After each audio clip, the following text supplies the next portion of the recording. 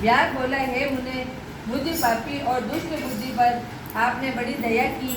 हे साधो, मैं आपका शिष्य हूँ, मेरे ऊपर दया करके ऐसा उपदेश दीजिए कि जिससे फिर मेरी बुद्धि दुष्ट और अनर्थ कार्य करने में प्रवृत्त ना हो। व्यास की ऐसी बातें सुन संत मुनि बोले, हे व्यास, यहाँ धूप बहुत सताती है, न यहाँ छाया है न पानी। कहीं दूसरी छाया की जगह चलकर जल पीकर स्वच्छ चित्त होकर उस विष्णु भगवान के माघो मास का मातम जो पाप ना सके वह वर्णन करूँगा। मुनि की यह बात सुन व्यास वहाँ से थोड़ी दूर पर एक निर्मल सरोवर पर ले गया, जहाँ पर जल के जीव बगुला, हंस आदि, मगरमच्छ आदि सरोवर की शोभा दे रहे थे। कामाजी, कोकिनंद आदि अनेक प्रकार के कमल शोभा दे रहे थे।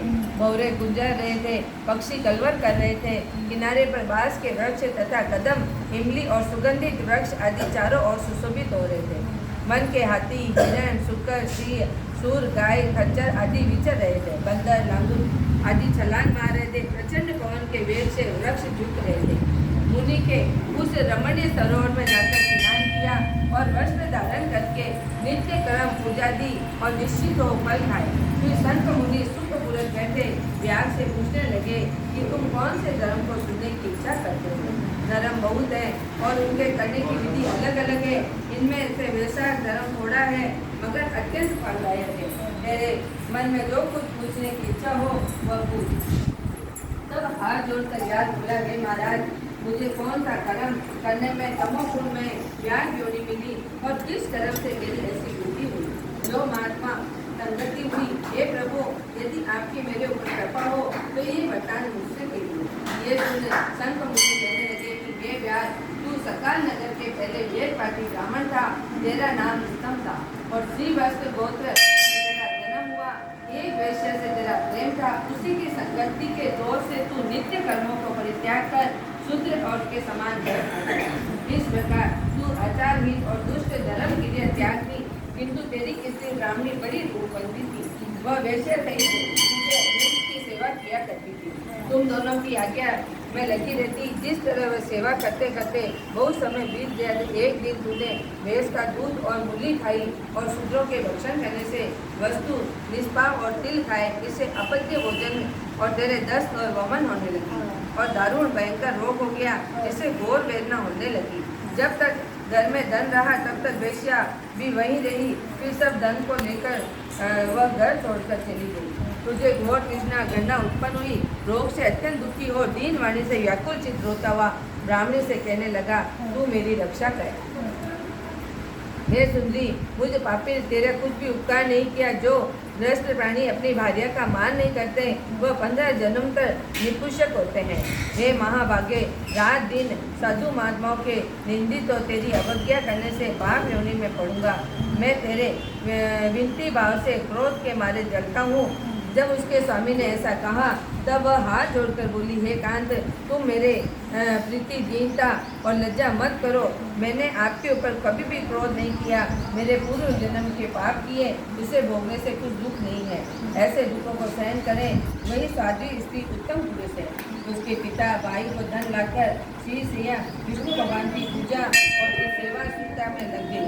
दिन रात मल मूत्र धोकर शुद्ध करके और तेरे के कीड़े पड़ गए थे उन्हें धीरे धीरे निकालती।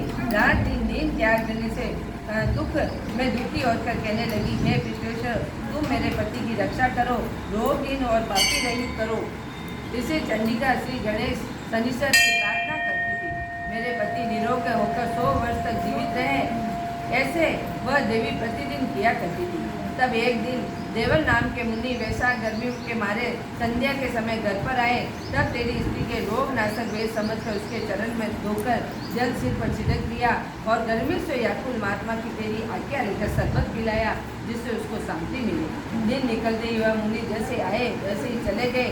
थोड़े दिन बाद मुझे सत्तिताप हो गया और तेरी स्त्री की त्रिकुटा पिलाई और पीने से उंगली काट ली और तेरी दाती भीग गई। तू अपनी सुंदर सैया पर वेश्या का ध्यान करता हुआ मर गया।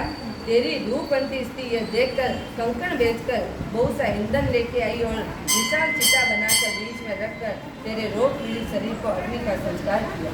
स्वयं उसी अग्नि में जलकर सती हो गई। वह शरीर त्याग पति का आलिंगन कर तत्काल विष्णु लोक को चली गई। वैसा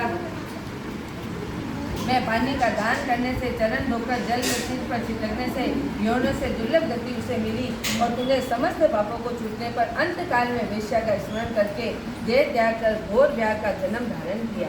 तुझे सदा हिंसा प्यारी थी और चित्त में उसे उद्रेक रहता। तूने वैशाख में शरबत पान कराने की आज्ञा दी और मुनि के चरण धोने से पाप नाशक जल मस्तक पर छिड़का। उससे तेरी ऐसी बुद्धि हुई और सत्संगति प्राप्त हुई, जिससे तूने सम्मुख सुखों का हेतु धर्म पूछे। इस प्रकार तेरे पूरे जन्म में किए हुए जो पाप और पुण्य धर्म मैंने दिव्य दृष्टि से देखे, वे सब तुझे बतलाए। जो कुछ भी तुझे गुप्त वार्ता पूछनी हो वह पूछ, तेरा मन शुद्ध हो गया। हे माँ मते तेरा कल्याण हो। बोलो विष्णु भगवान की जय हो, और मुकुटवंशी वाले की जय हो, की जय हो।